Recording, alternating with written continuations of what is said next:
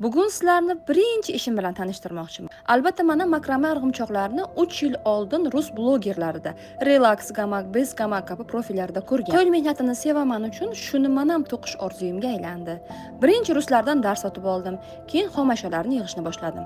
Afsuski, o'shanda gamak iplari bizda yo'q edi. Rossiya marketplacelaridan buyurtma berib 2,5 oy kutganman. Kelganida xursandchiligimning cheki yo'q edi. Keyin temir profillarni o'zimizdan qidirishga tushdim. Olik sahifasidagi barcha kofkachi ustalarga telefon qilib, ular men xohlagan ishni qilib bera olmasligini aytardi.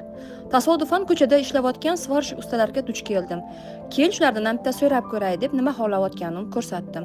Ular qila olmasligini, buning uchun temir qayrish stanogi kerakligini aytishdi va shunaqa usta borligini aytib, ustani kontaktini berishdi. Usta bilan bog'langanimda va u qilib bera olishini aytganida xursandchiligimdan sakrab ketganim esimda.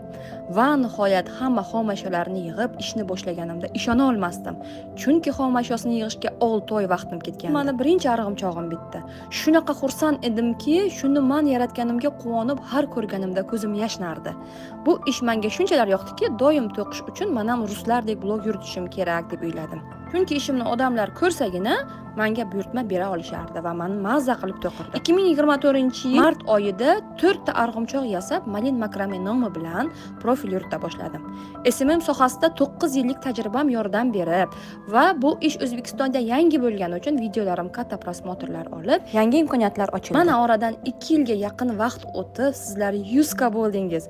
Bu albatta sizlarning shu ishga bo'lgan qiziqishingiz va mening tinimsiz mehnatim samarasi.